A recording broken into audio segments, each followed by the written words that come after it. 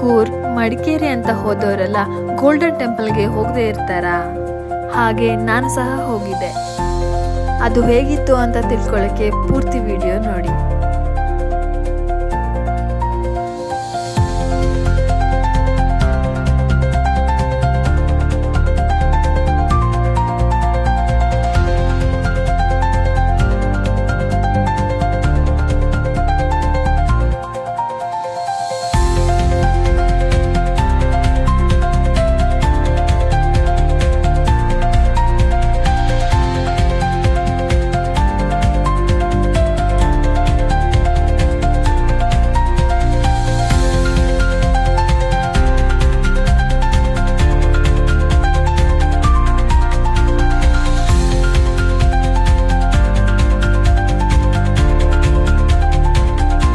Thanks for watching.